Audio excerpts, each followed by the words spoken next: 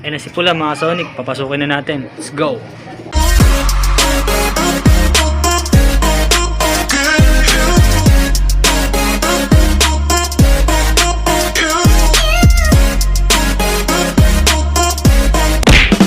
Yun mga ka-Sonic, so welcome back dito sa ating channel. So yun, so update ko lang muna kayo dito sa ating mga ibon ulit. So isa na lang yung mailoload natin ngayon kasi si Speedy is na-disgrasya. So ito siya mga Sonic. Makita ko sa inyo si Speedy. So ayan mga Sonic, si Speedy natin, nadali siya, isasali sana natin siya ng puli ngayon. Na-ready na natin siya yan, basag yung mata niya, tinuka siya ni King. Kasi yung ring niya na yan is sumuksok sa mating doon sa nasa pugan ni King, may mating doon. Lumusot yung ring niya sa gantong mating, tapos yun, di siya nakalis.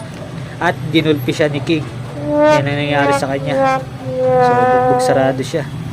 So, papahingayin na natin, re-recover natin at ibibreed na lang natin.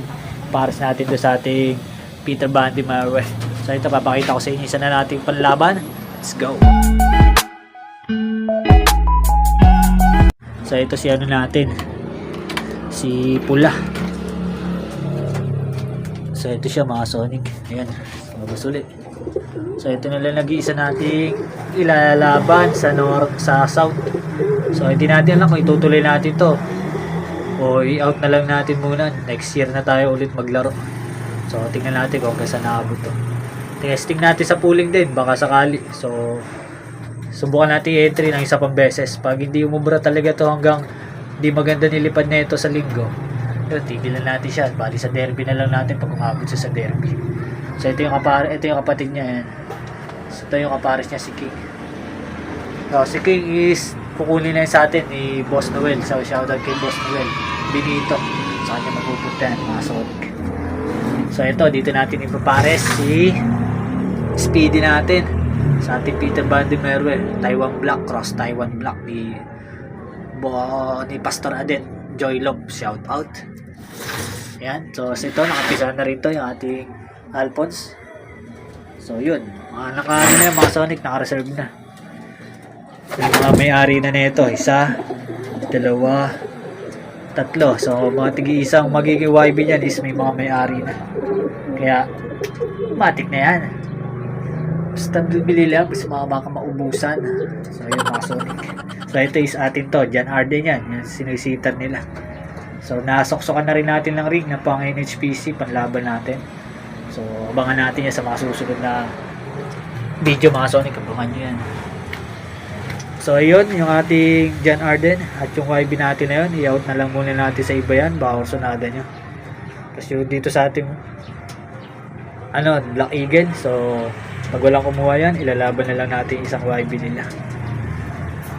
So yun mga Sonic, maaga pa naman kaya update ko na lang kayo mamaya kapag ilalagay ko na sa trading box tong isang to. So yun ulit mga Sonic, mamaya ulit. Peace. 2 hours later. Yun mga ka-Sonic, so solo flight na ng ating ibon na si Pula. So sana maganda ilipad na ito bukas. So testing natin siya sa pooling. Kung uubra, kung hindi, di na natin siya isasali. So last na pagkakataon na ito mga Sonic, tingnan natin kung i-speed ba siya ng maganda bukas. So abangan natin siya bukas mga Sonic. Bukas ulit. Peace. The next day. Good morning mga ka-Sonic. So ayun, pinakawalan na yung ibon natin ng alas 9 na mga Sonic, 9 AM sakto. So pinakawalan yung ibon natin sa Sariaya, kaya so na lang, hindi na natuloy sa pagbilaw kasi maulan dun. Medyo maulan-ulan sa Sariaya is medyo okay naman yung panahon, kaya ito time check muna tayo. Time check yan, 9:24. So ayun mga Sonic, so panoorin nyo muna i-release natin to sa Sariaya. Let's go. Okay, okay na panahon dito, ayun no. Bluish na. Sige, release. 9.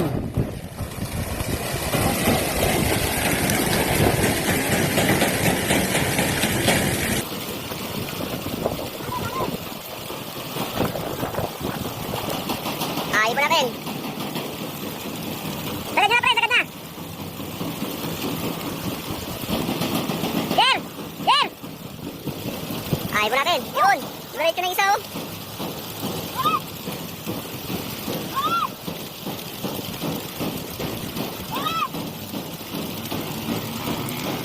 Anong?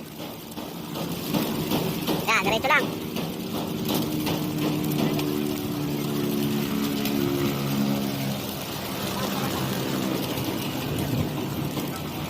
May nalabas pa. Diretso lang. Pak. Lang, sa kabila lang. Pak pa lang. Iyon mga Sonic, so napanood nyo na yung release natin doon. So yung panahon natin halos parehas lang din doon. Ayan. So mga kulimliman, sigurado sa ibang lugar na ito maulan-ulan.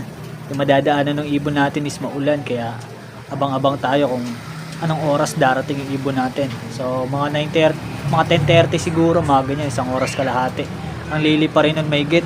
So smash pa, baka 2 oras di pa rin. So time check 9:25 pa lang. So abang-abang na tayo mga Sonic, update ko kayo mamaya. Let's go! A few moments later. Mga Sonic, so time check 10:31 na mga Sonic. So wala pa yung ibon natin na isa. So abang-abang pa tayo sa mga kulimliman talaga. Baka bagyo na yan doon sa dinadaanan ng ibon natin.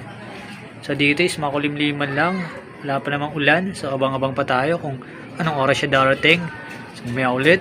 Peace. 3 hours later.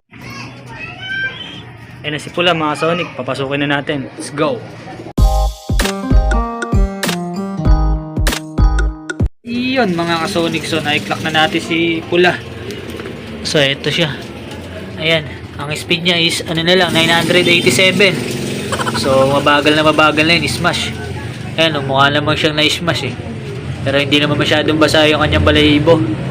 So ayan, congrats sa kanya at nakauwi siya sa atin ng ligtas kahit na-smash. So ayan. So salamat at nakauwi sa atin yung ating ibon kahit nagsosolo na lang siya. So sinali natin siya sa pooling. Wala natin kung malayo na tayo sa katotohanan. Kasi 900 na lang eh.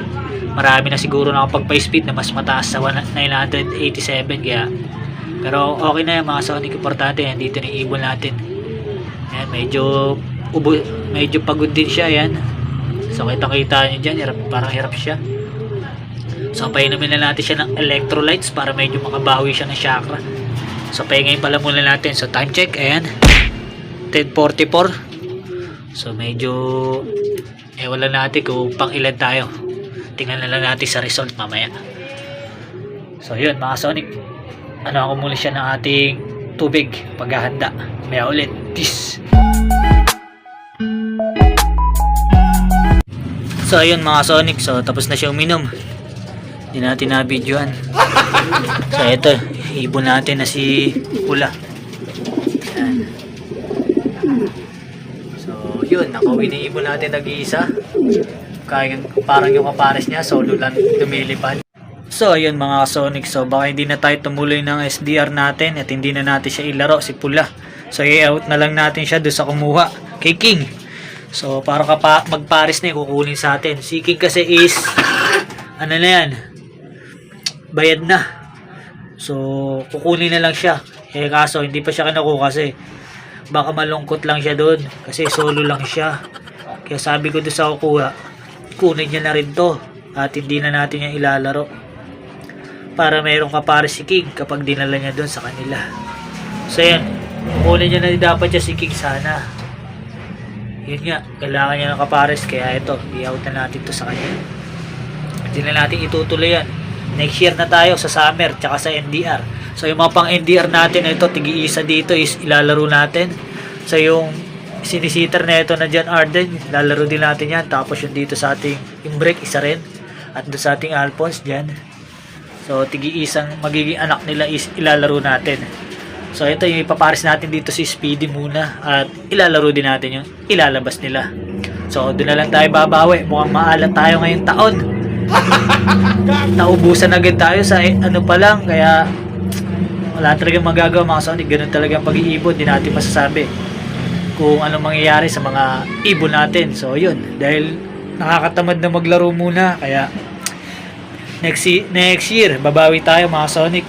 So sana maganda-ganda na ilipad ng ibon natin nun sa darating na 2024. So ngayon 2023 inalat tayo. So 2024. Abangan nyo mga Sonic, yung mga ililipad natin ng mga YB nila. Ayan, bawat YB nila dyan, pati na sa kabila. Ayan, yung ating Black Eagle, ayun, nakikita nyo dyan mga Sonic, yan, sinusubuan.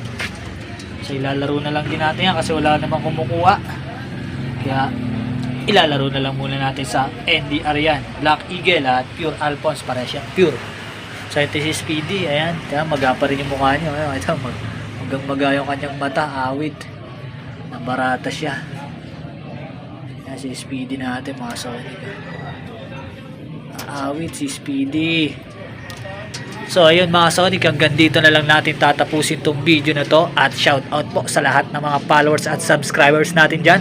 Maraming salamat at shout out din sa mga nag-acquire sa atin ng mga ibon. So abang-abang na lang kayo mga Sonic sa mga ilalabas kong video, update sa ating mga breeder sa mga YB. So ayun lang mga Sonic, God bless to all. Thank you for watching.